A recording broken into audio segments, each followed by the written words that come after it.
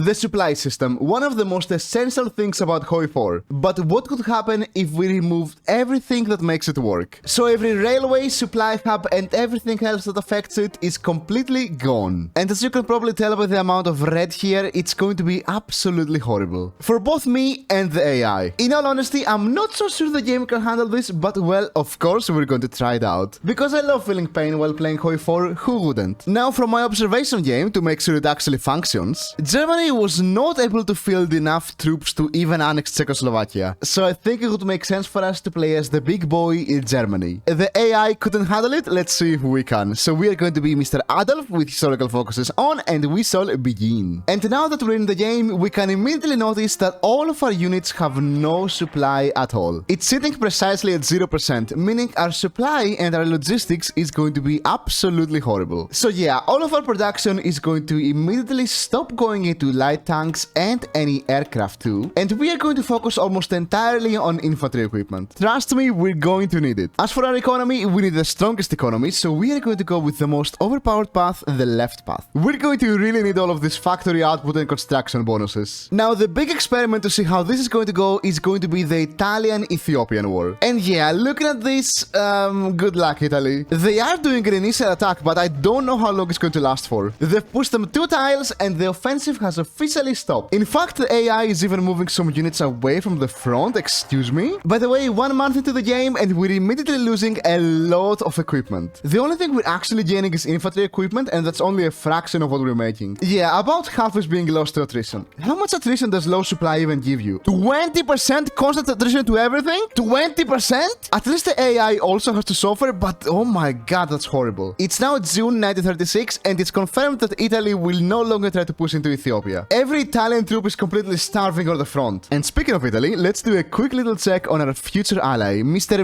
Excuse me, Mussolini? Well, I guess the Italian troops are not the only ones starving in Italy. I mean, he looks relatively normal, other than his neck and all of this. Well, Mussolini, if you were useless in the base game, I'm sure you're going to be even more useless now. The Spanish Civil War has now begun. I do not have high hopes for this at all. There are some initial battle and some small pushes here and there, but the question is, how long is it going to last for? Oh look, the Republicans have got an encirclement. 1 year has now passed since we began the game, and our supply situation is a lot worse than it used to be. The only difference is we're making about 30 more guns than we used to. Also, apparently we have 2,600 trains, which yeah, considering we deleted all of the railways, does make sense, but I didn't really realize until I saw it. The one positive thing about this is that Austria also has a huge issue with her army, which means we can do a relatively quick Anschluss. And Austria is now ours, along with her completely impoverished troops. Spain, you're not looking that great, are you? In all honesty, with supply looking like this, I get it. I sadly get it. I didn't even realize, but the Chinese-Japanese war has begun, and to be honest with you, I don't think the Japanese or the Chinese have realized they're at war either, because they're just refusing to attack each other. I don't think there's been a single battle in this. Let me check, actually. Yes, both sides have 0 casualties. I guess fighting doesn't really make sense when you're starving. We have just annexed Czechoslovakia, and in case you were wondering, the reason we've gone down the left path on the economy tree is because, well, it's 1938 and our construction tab is looking like this. All I'm going to say is that it's just a tiny bit overpowered. Also, in case you were wondering, the Ethiopian war is still going on, with no visible end in sight. The year is now 1939 and we're making quite a bit of equipment, but there's one thing I'm contemplating. Is Logistics Company 1 going to give us any benefits? I don't think so, because minus 10% of 0 is still 0. And yeah, as for our main division, we're going to go for the most basic one. Just a few more support companies here and there, I guess, but other than that, this is fine. I mean, we really can't even afford to have anything else. And in case you were wondering why we're not building any air, well, apparently supply also affects the Air Force. So even though I have all of these airplanes here, if I right-click on the strategic region, you're going to notice I require 936 more supply to do anything here. And that doesn't change regardless of what mission we do. So yeah, in this world, air is completely useless. It's now June 1939, and our army is as ready as it's ever going to be. So let's do a little bit of Danzig or war. By the way, even with World War II about to begin, the Italian-Ethiopian war still has not even ended. I'm quite certain it's supposed to end by this point, so I'm not sure what's going on. Poland has refused Danzig, so we are going to right-click on them and declare the war. And here comes the moment of truth. Is this army going to do anything? Well, hopefully it does. All we gotta do is activate the battle plan, and absolutely nothing is going on. Okay,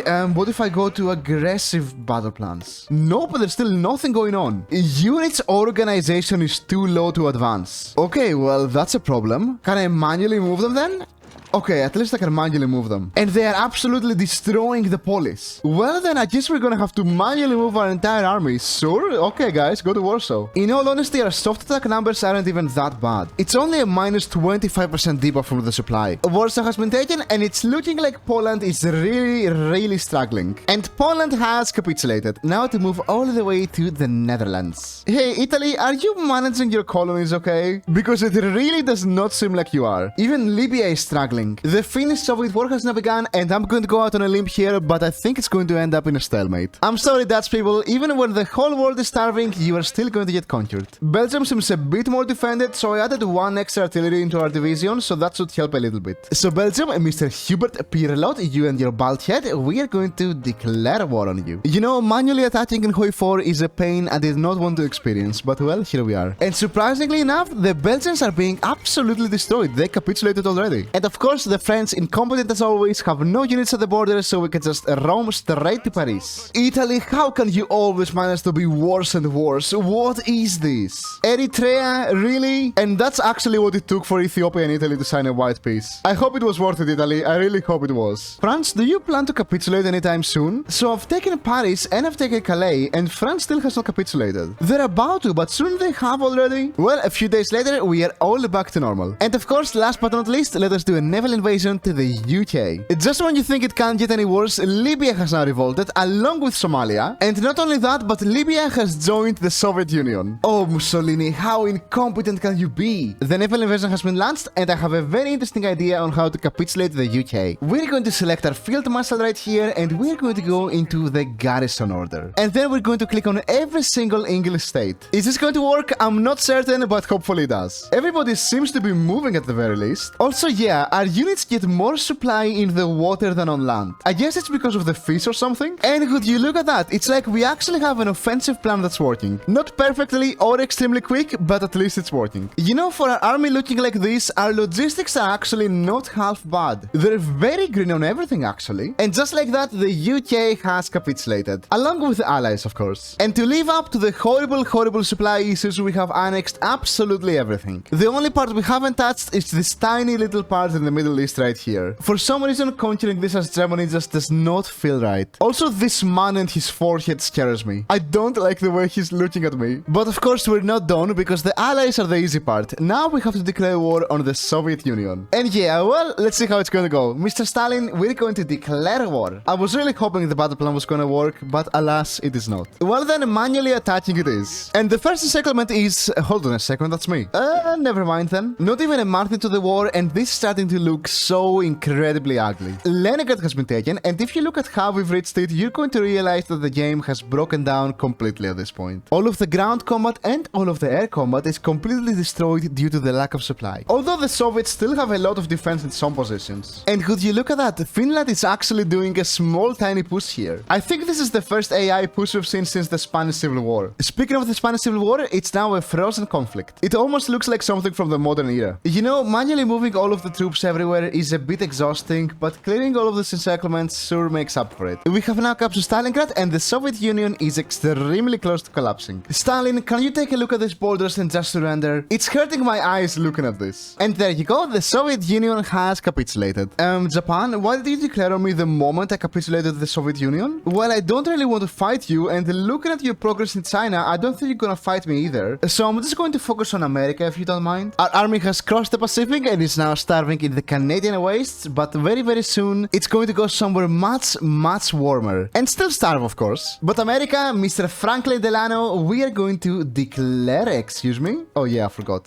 So, as I was saying, we are going to declare war. We are now at war, and I'm doing this attack by doing the garrison orders, and I'm not really sure what they're thinking, but they're doing something here. I'm still going to move some of them manually though, because it's gonna take way too long otherwise. Also, in case you were wondering, the past 12 months months, we have lost 187,000 guns to attrition. And apparently 43,000 artillery. But well, we're making so much it does not really matter. Yeah, we still have a stockpile of 13,000. Now, while invading America, I've noticed that they apparently have no army. Yeah, America has a grand total of 36 divisions. Well, this is gonna be an easy war. Detroit has been taken, and truly, you can't have any food in Detroit. Oh yeah, and also America capitulated. So I tried to give it all to Menguko, but they only managed to get Alaska and this island here. Well, one thing is certain, I'm not going to invade Japan to fix this. So all in all, no supply was really horrible, but our incredibly overpowered German industry has managed to overcome it. By quite a lot, actually. Thank you so much for watching. A huge thanks to Nitroong, Sacre Blue and Corvenet, to Mapping Night and Bing Bong as well, and of course to all the other beautiful channel members. Like the video if you liked it, dislike it if you disliked it. I love you so very much, and goodbye. Mwah.